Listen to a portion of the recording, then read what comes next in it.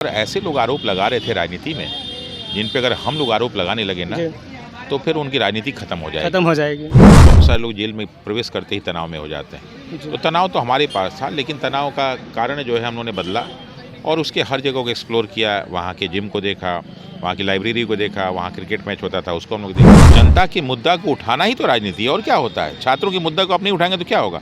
और राजनीति आपको कौन रोका हुआ। और मैंने शिक्षा को उस तरह से गिरफ्तार करना चाहिए था सर। हाँ, मैंने यही कहा कि गिरफ्तार करना गलत नहीं है, लेकिन गिरफ्तार करने का तरीका गलत। पौष्टिक तो नहीं मिलता, लेकिन स्वास्थ्यवर्धक खाना मिलता है। खाना सबके लिए समान होता है? नहीं, खाना सबके लिए समान नहीं है। व्यवस्था तो है, लेकिन सबके लिए समान नहीं है। क्योंकि जो 66 दिन हम लोग यहाँ बैठे हैं ना, और ये जो दिन बढ़ेगा ना, ये लोग भूलेंगे नहीं।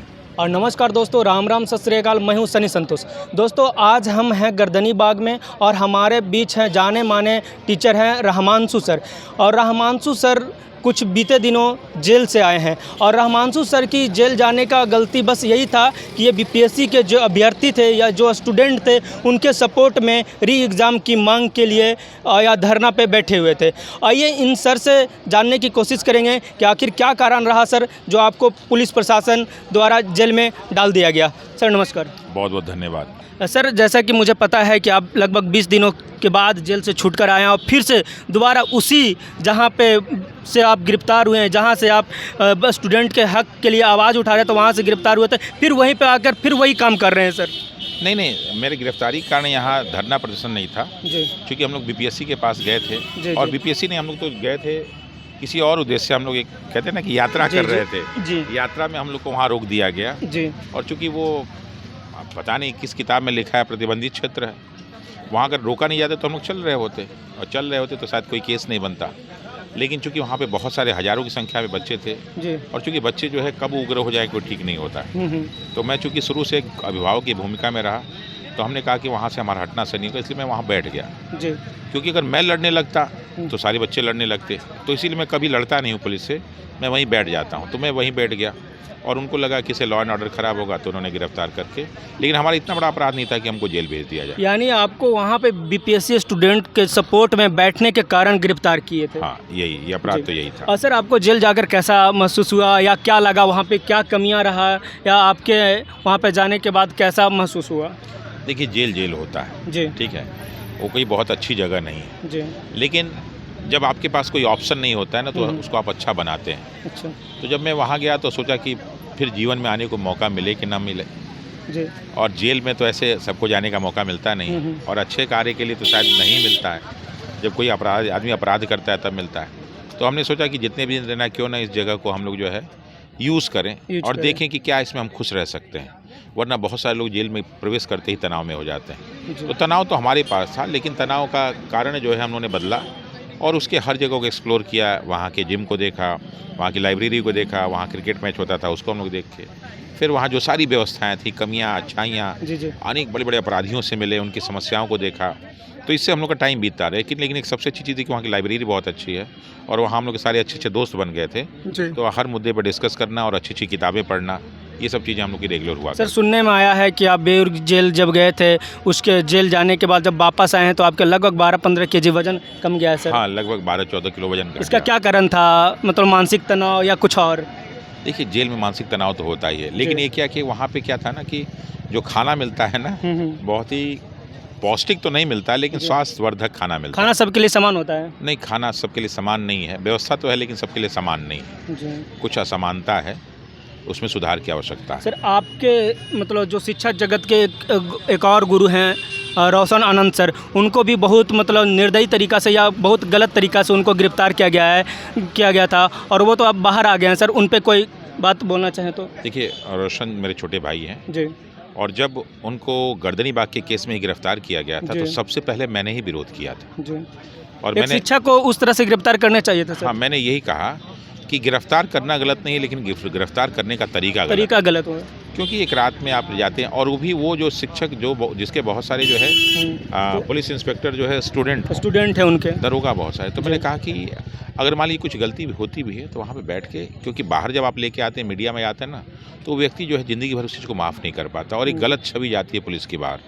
और वो अपराध तो किए नहीं थे, अगर अपराध करते, भागने वाले व्यक्ति होते तो इस तरह की चीज़ें ठीक थी, लेकिन वो कोई अपराधी तो है नहीं। एक टीचर वो भाग के जाएंगे कहाँ? तो वो तरीका गलत, मैं पहले भी विरोध करता था, आज भी विरोध करता हूँ, और मैं बार बार पुलिस से भी कहता हूँ कि गिरफ्तारी का तरीका एक आम आदमी के लिए और एक अपराधी के लिए अलग अलग होना चाहिए। जी। और सर यहाँ पे री एग्ज़ाम के लिए सभी टीचर बारी बारी से आ रहे हैं, आप भी आए हैं फिर से दोबारा जेल जाने के बाद भी। यह मतलब जो री एग्ज़ाम कब तक होगा या नहीं होगा, अगर होगा भी तो कब तक होगा? और आपका जो अभी जो आज कोर्ट में आने वाला फैसला था वो भी नहीं आया, वो टलकर लगभग 4 मार्च को हो चुका है सर। हाँ, तो जो हम लोग का जो 3 केस है हाई कोर्ट में बीपीएससी के अगेंस्ट, ऑलरेडी बीपीएससी के अगेंस्ट 5 केस है जी। कल भी केस में सुनवाई है मेंस में जी।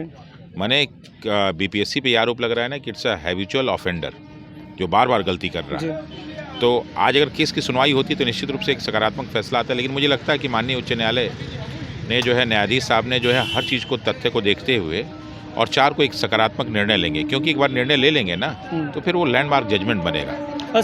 सर अगर इस जो री एग्ज़ाम है सर, अगर वापस जो सरकार है या बीपीएससी है वो अगर वापस से री एग्ज़ाम नहीं करवाती है तो अगले साल, मतलब इसी साल नवंबर में चुनाव होने वाला है सर, तो इस आंदोलन का फ़र्क अगले चुनाव में भी पड़ेगा सर? देखिए, परिणाम जो भी आए जी, फ़र्क तो पड़ेगा। परिणाम चाहे री एग्ज़ाम भी के सपोर्ट में भी आए या विरोध में आए, फिर भी फ़र्क पड़ने वाला है। क्योंकि जो 66 दिन हम लोग यहाँ बैठे हैं ना, और ये जो दिन बढ़ेगा ना, ये लोग भूलेंगे नहीं। और बहुत सारे लोगों के मन में जो है ना, सरकार के प्रति, अपने प्रतिनिधि, क्योंकि उनके प्रतिनिधि नहीं मिलने आए। ये लड़ाई हमारी जो है नेताओं की लड़ाई नहीं थी। अगर हर पार्टी के प्रतिनिधि आना चाहिए था, उनको आके मिलना चाहिए था, उन लोगों ने केवल आरोप लगाया। और ऐसे लोग आरोप लगा रहे थे राजनीति में, जिन पे अगर हम लोग आरोप लगाने लगे ना तो फिर उनकी राजनीति खत्म हो जाएगी। लेकिन हम लोग ने उसके बावजूद भी उन पर आरोप नहीं लगाया। और रही बात राजनीति की, तो इन छात्रों से आप राजनीति पे कुछ भी बात कर लीजिए, और अगर बात ऐसी हुई ना तो चुनाव भी लड़के देख लेंगे लोग। और सर हम ये पूछना चाहेंगे आपसे कि जैसे आप एक शिक्षक हैं और आपको भली भांति पता होगा सर कि जो क्या हमारे जो नेता प्रतिपक्ष होते हैं वो जनता की आवाज़ होते हैं, क्या उनको इस धरना प्रदर्शन पे आम जो जनता है या जो स्टूडेंट है उनको सपोर्ट में आना चाहिए था सर, या उनके हित में? देखिए, यही सबसे बड़ी चीज़ है जी, कि विपक्ष को जो यहाँ भूमिका निभानी चाहिए, विपक्ष ने भूमिका निभाई। विपक्ष मौन है। हाँ, इससे क्या होता है कि उनसे उनका नुकसान भी होगा जी। अगर विपक्ष इसमें एक सकारात्मक भूमिका अभी भी निभा सकती है, अगर निभा ले तो उसका लाभ मिलेगा, लेकिन उन्होंने ऐसा कुछ नहीं किया। और हम लोगों ने बार बार अपनी बातें पहुँचाई कि जिस काम को पक्ष नहीं करता विपक्ष कर सकता है, और करना चाहिए जी। इससे बड़ा मुद्दा आपको क्या मिलता है बिहार में? इससे बड़ा मुद्दा भी कोई नहीं। सारे स्टूडेंट मतलब एक होके फिर से री एग्ज़ाम की मांग कर रहे हैं, अगर वो भी आते तो बेहतर रहता। बिल्कुल, अभी भी वो आते हैं तो बेहतर रहेगा, और तो मौका दिया जाएगा सर उनको। हम लोग तो सबको मौका दिए हैं जी, कभी हम लोग ने किसी को भगाया नहीं यहाँ से। हाँ, नहीं, कुछ लोग बोल देते हैं कि ये राजनीतिक हो गया है, इस मुद्दा का, री एग्ज़ाम का मुद्दा नहीं रह गया, अब ये राजनीतिकरण हो गया है, इसलिए। और देखिए, ये आरोप राजनीति ही लगाते हैं जी। ये राजनीतिक ये लोग वो मुद्दा उठाते हैं। अरे आप राजनीति नहीं कर रहे हैं, जो आप परिभाषा देंगे वही राजनीति होगी।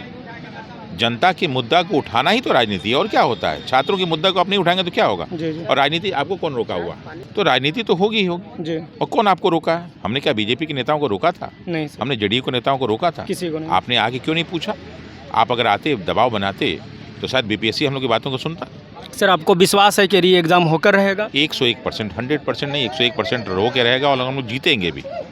और दोस्तों, आप देख रहे थे कि रहमानसु सर हमारी बातों को उचित तरीक़ा से रख रहे थे, और ये 20 दिन जेल में रहने के बाद भी ये पुनः उसी धरना प्रदर्शन पर गर्दनी बाग में पुनः उसी री एग्ज़ाम की मांग करने के लिए पुनः उस धरना प्रदर्शन पर आ चुके हैं, और फिर से उस जो री एग्ज़ाम की मांग को उठा रहे हैं। आप देख रहे थे लाइव लॉन्ग न्यूज़, मैं हूँ सनी संतोष। जय हिंद, जय भारत।